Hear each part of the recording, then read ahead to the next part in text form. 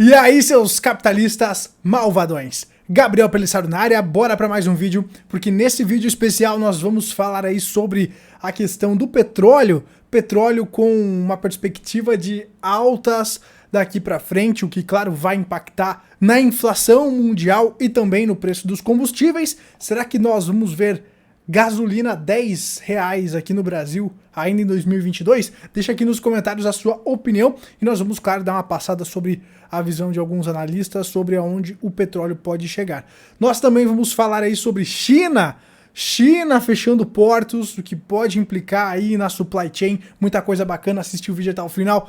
Sem mais delongas, bora cair pra dentro, já deixa aquele seu like se você gosta dessas análises aqui. Vamos lá. Então é o seguinte, pessoal, começando aqui com essa questão do petróleo. Então aqui nós temos essa matéria do G1, onde fala barril de petróleo Brent atinge preço mais alto desde 2014, e aí a cotação atingiu $88 por barril hoje, nesta terça-feira. E aí o Brent deve quebrar barreira de $100 com demanda firme, é o que vai falar aqui o Goldman Sachs. Então nós vamos ver aqui a opinião deles. Então os preços do petróleo devem superar os $100 por barril neste ano, afirmaram analistas do Goldman Sachs, acrescentando que o mercado de petróleo continua em um déficit surpreendentemente grande, já que o golpe do vírus, né, na demanda pela commodity é até agora menor do que o que era esperado. Então eles achavam, né, que aqui o vírus, né, ia fazer fechamentos e tudo mais, e nada disso aconteceu, porque é mais fraco. As pessoas agora se vacinando, né, elas acabam tendo menos casos de hospitalização. Então aquele temor eu acredito que já passou, né? Eu acredito que esse problema do vírus aí já passou, mas muitas pessoas ainda levam isso em consideração, colocam na conta, né? E eu acredito que vai muito mais além. Eu estava vendo uma análise lá do Maurício Bellinelli, que ele falava sobre a questão de como os Estados Unidos, por conta do ESG, eles ainda não voltaram com a extração total, eles ainda não voltaram com força total na extração de petróleo lá nos Estados Unidos. Então tem essa agenda ESG também complicando, e sobre como demora um tempo para você voltar na extração, porque quando você faz lá o furo, né, para fazer a extração do petróleo, e você para, né? Você tem que fechar esse buraco, você tem que fechar esse lugar ali que você fez para acessar lá o petróleo.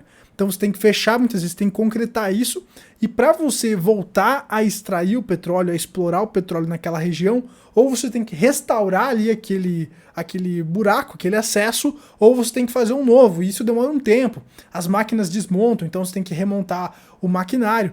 E é claro, né, por conta ali da pandemia, muito dessa extração foi paralisada, e agora com o aumento da produtividade, o aumento da economia, o aumento do consumo, essa extração está sendo retomada, mas ainda, né, não está atendendo a demanda, não está voltando a patamares para atender essa demanda, né?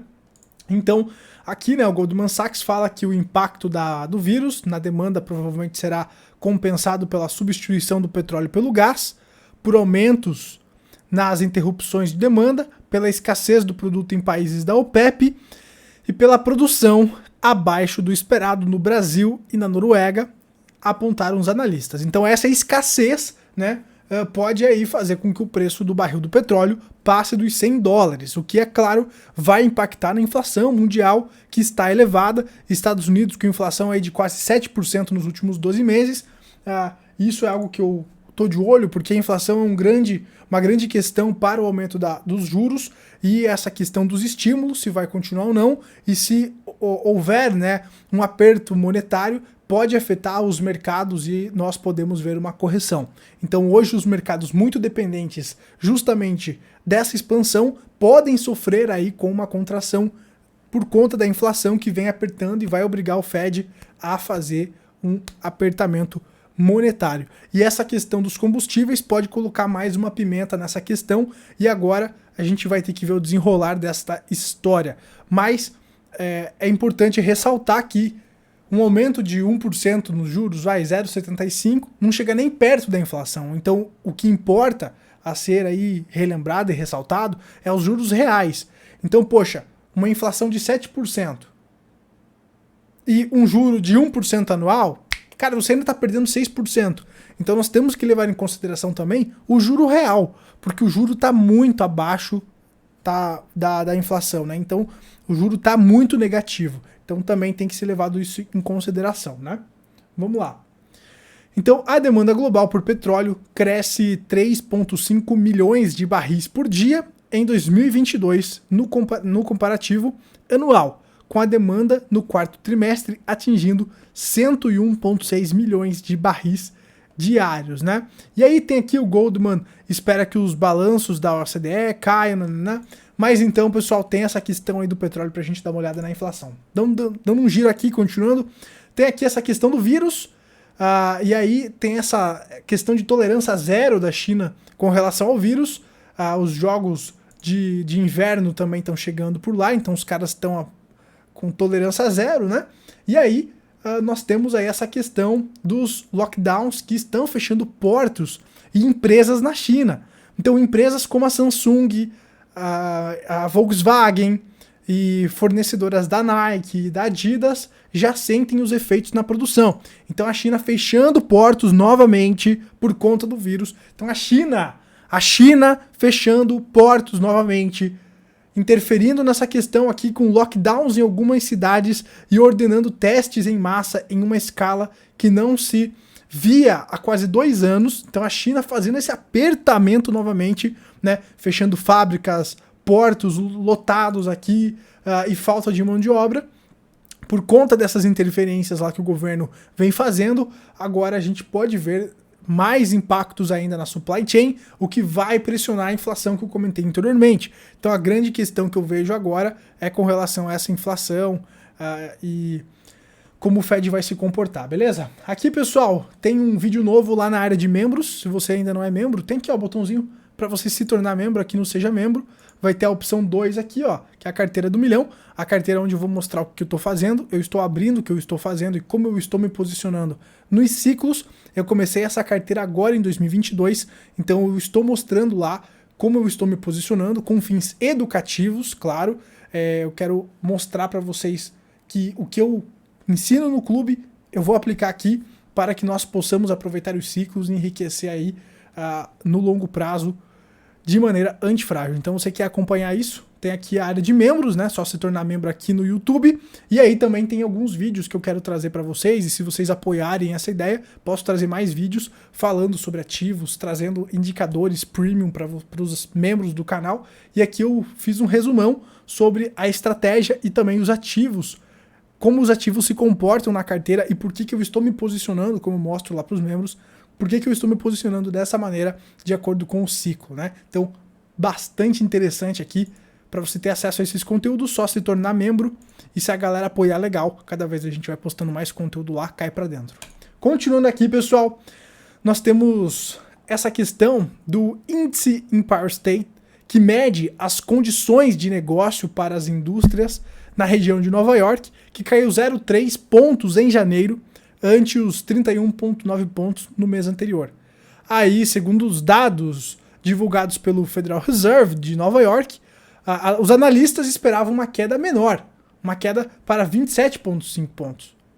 Então, as leituras acima de 0 indicam que mais companhias estão divulgando melhores condições, enquanto valores menores indicam o contrário, que as companhias estão indicando piores condições. Segundo o Fed, 22% das empresas do setor industrial consultadas para a elaboração do indicador registraram melhora nas condições para o negócio, enquanto 23% das indústrias apontam piora.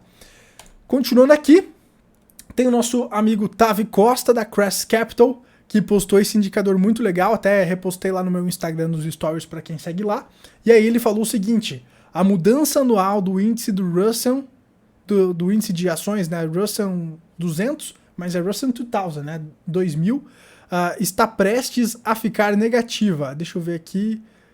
O Russell 2000, né, que, enfim, está prestes a ficar negativa, pessoal. Se a história servir de guia, o S&P 500 deve seguir o mesmo caminho. O S&P 500, que hoje é um dos principais índices acionários do mundo, e aí então, se a bolsa, o que a história nos mostra, né, geralmente como em momentos de risco, como é o que eu acredito que nós estamos vivendo, nesses momentos de risco da macroeconomia, nesses momentos de incerteza, o que os investidores fazem? Eles fogem do risco. Então eles têm uma aversão ao risco. E o que nós estamos vendo? As small caps são as empresas aonde, é claro, os investidores vão fugir primeiro do risco, porque são as empresas mais arriscadas. Então, quando você vê que o cenário tá ficando feio, tá ficando fedido, tá ficando azedo, as pessoas começam a sair das suas posições, começam a realizar o seu lucro lá das small caps, das empresas mais arriscadas, das empresas de tecnologia, né? E aí, então você vê primeiro, né? Você vê primeiro as small caps corrigindo. E será que nós vamos ver o S&P 500 acompanhando como a história nos mostra? Então, será que nós vamos ver o S&P 500? Olha aqui a correção das empresas de tecnologia, certo? E agora, será que nós vamos ver o S&P 500 acompanhando as small caps? O que seria, claro, uma correção significativa aí. Então, é algo que nós temos que levar em consideração, porque se nós olharmos aqui o histórico desse indicador que o Tavi trouxe, a correlação aqui é muito interessante e as small caps, elas tendem a sinalizar um movimento antecipado do S&P 500. Beleza, seus capitalistas? Para finalizar o vídeo aí, já vai deixando aquele seu like se você está curtindo. Nós temos aqui as bolsas da Ásia que fecham sem direção única após dados do PIB chinês e corte de juros. Então o produto interno bruto da China teve expansão de 4% no quarto trimestre de 2021, um pouco maior do que se previa, mas desacelerou a ponto do Partido Vermelho lá da China anunciar aí controle de juros. Então agora a China está apertando os juros, entrando num movimento aí expansionista, né? Meus amigos, o negócio tá feio aí para você que é investidor, um risco elevado. Se você quer cair para dentro lá da área de membros, fica o convite. Os links estão aqui na descrição. Também tem o Clube dos Capitalistas para você entender as bases econômicas e a carteira antifrágil. Nos vemos na próxima, seus capitalistas malvadões. Se você gostou desse vídeo, deixa seu like, se inscreve no canal para não perder os próximos vídeos e compartilhe nos grupos do Whats. Um forte abraço aí, uma excelente semana para você. Tchau, tchau, seu capitalista malvadão.